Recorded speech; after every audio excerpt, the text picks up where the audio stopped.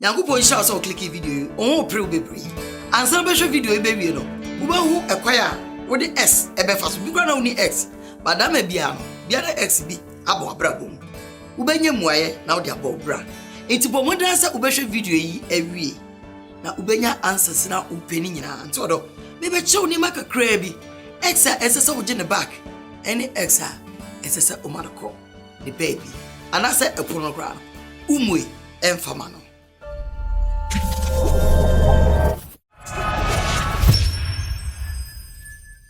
Ayo don't come me the auntie odo. Love doctor, love inspector, love teacher. Aware mo apanse mo ojo kika bom date enko yie no. Edane aware single life there. Ene e wankasa obeti ase na ebeye yie e de amount na wonso wanya odofo. Ex ben ene sese oje ne back. Ena ex ben so ene sese oje no. Se eba se wo ex esa pel back ya. Se po amede ma osisi ya hwe ne yie pa ne tie ne yie.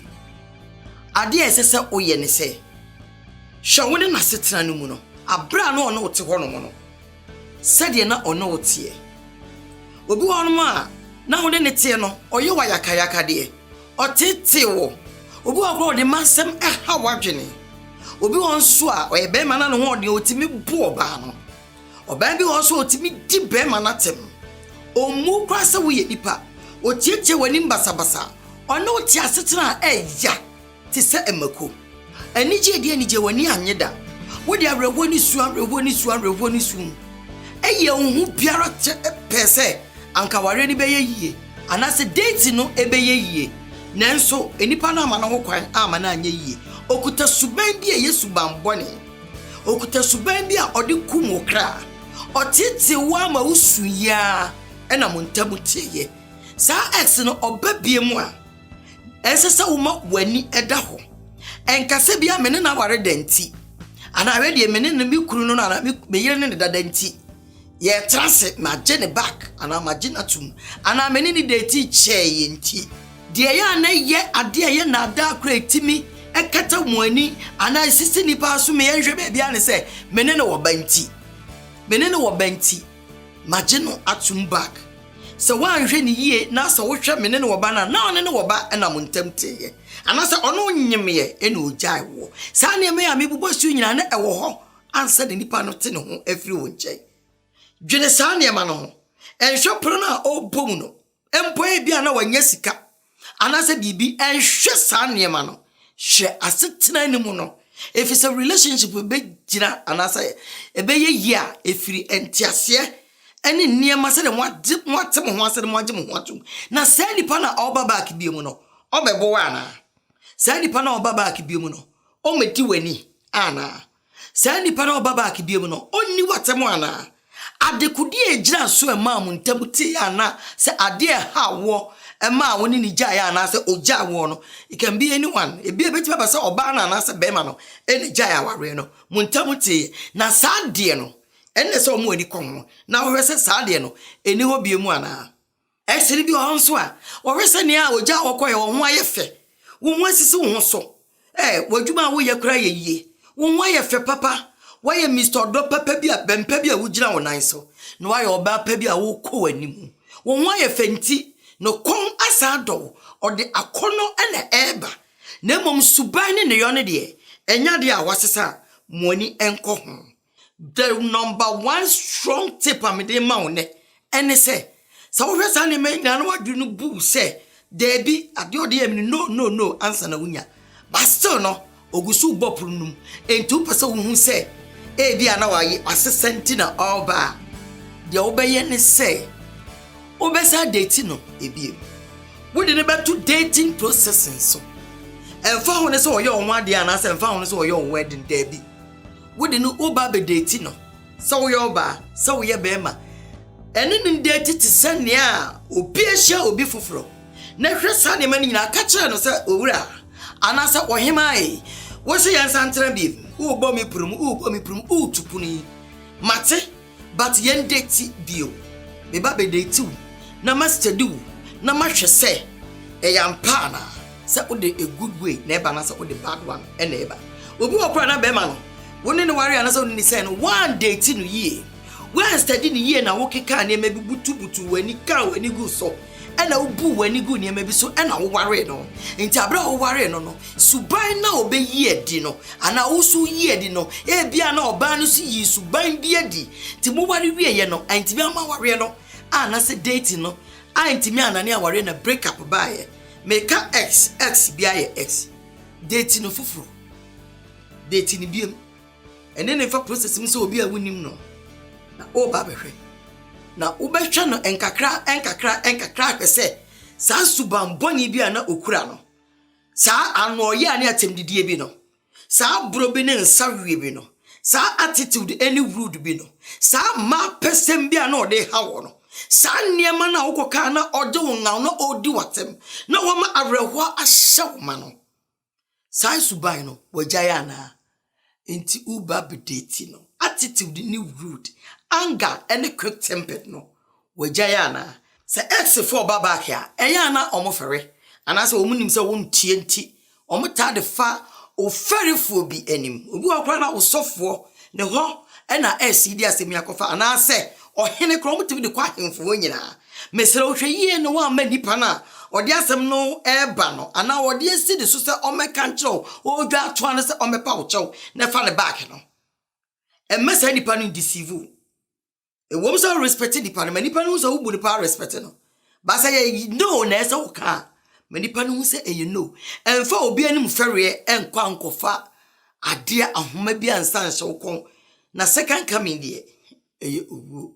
Obi hono mo a wanwuo no oba be wi okoyo to. Obebo se enwa. Enti besrew. Emo obi nka se ewo ba ni nti na asori ni nti na asafo ni nti na omisofo nti na me maami nti me wo fa bi nti e wo hini bi nti. It can be anybody. And as a Holy Spirit inti, ya me unkonkura kasa achire me. Enti asese me sa ne ko. Abra ni suban bi onya ye. Se basa mo ware na mo to nya me unkonko Holy Spirit. Onya hwe. E wo oni nipa na obo abra bom ni ntem de look at you. Ombehwe wo a na se bonus obebo obi mu a obebo. Enti ema nipa biara e deceive se onu nti asem na wo es no e de ba no. Say your wife, say your husband, say your girlfriend, say your boyfriend, the odi everyone. Eba say the party deceive. Say you know na beka kanu. If we say adi etete woni ntemu no, moni nko ho. Enti kitikiti na X4 no. Eya na omu ye ni nya na ma menkyere obi okro wo hu se be me bia bo abrabo ma waye serious a opese wo ware. Anasa oba bia bo abrabo mu a waye serious wanya oba afoforo na be me afoforo bi anipa no wo mu wani gye na ho ayefe okohu pictures anasa information bi e wo Facebook status ohu abre nyina wo hu se waye kama mendie eno no na anipa no hu ya eni ti de yemu ahye na osaba obetwum esade wa ba nyina nsani ani bia wo be nowhere to be found ye hu kra wo system num biem enti obi wo wa kukukuku osaba no enye se bi oba be no watra sumdwe mu na nkopesa nka wo ye single rest of your life but wa anya single wo hu se bempa bi anasa oba pa bi amwatimi agina wo nan so sene wabra bona kudru eni nti na all pop num se obi no na opel back or do be call level to level sene be ya obese shun na wode waba begina baabi a na esu no so unim na sa wujai de ono wo wa asiwie ana ono wonam a wama ho ayefe obapa ana sa bempa bi wama ogina wonan so se obemma papa bi no sa S4 no bebre owono mo a sebe omukuta honhom bi a ompese abre nyina no omu de destroy o life obenu edi nkomo soro nko betimi afa na ada akwan bebre so wom se bia me sister do best study there but one hwe ya they can deceive you na wadwene be you say mamen san ko ne honom back se wo be ko biem anase unko biem no kakra na ma chechiri mu akire wo no keep it but sa wo hwe na se enipa no abra na one ne ware anasa abra na one ni date no na mo asetra mu na eye enti na meka se wo de betoto nsani ani no wawe na eniema a wono wote de na oye wo no wanya oboni biasa wono wantra setra mo ne wono wotra ne yie pa na bi asem ketwa bi ena bete wo ni ntamu dia sa nipa no wo betimi ayedai akonsida na wasafa ne back efri se wonu wantra setra boni bia bibi ketwa bi ene te woni ne ntem so wonim se mpanyimfo kra aka se sankofa yenchi anase yesi se owrefi na sakofa yenchi so anamona ko anim e ma ne mema bebre ewo ewiasim nyame adom enti ante odo university dating site asete so upe wo kani upe be ma bi ne to anamon foforo ana upo be bi ne to anamon foforo bra na be join odo dating site so ana so upe so hia de na wa brabom dating and I was single life and as a steady crowd or steady be man as oba no unya de kire ne adesuade bia anto do university I am ready e order that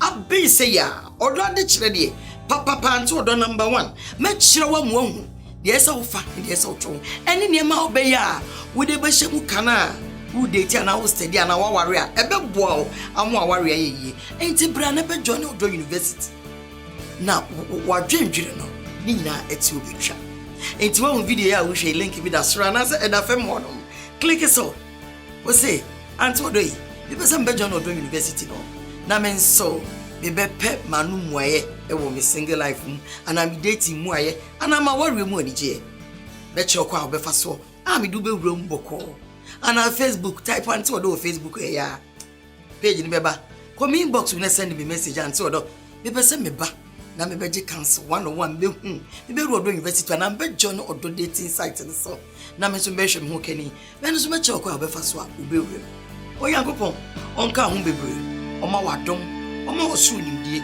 oma osu nyansa na fa bo bre bia wo bo na obeye nkundifo eyo donko a o yankopon sha bebre se what TV hwe video ye wie na se video yi se YouTube na wo hwe no se Facebook na wo hwe na like na share come on we because ubeye emfaso anase ubeye inshira ama udofu bi nso a wonso be share e de ama no say YouTube so a wo share wi na subscribe say the be new videos ba ube hu bi everybody yanko po inshira bebre e yo don kwa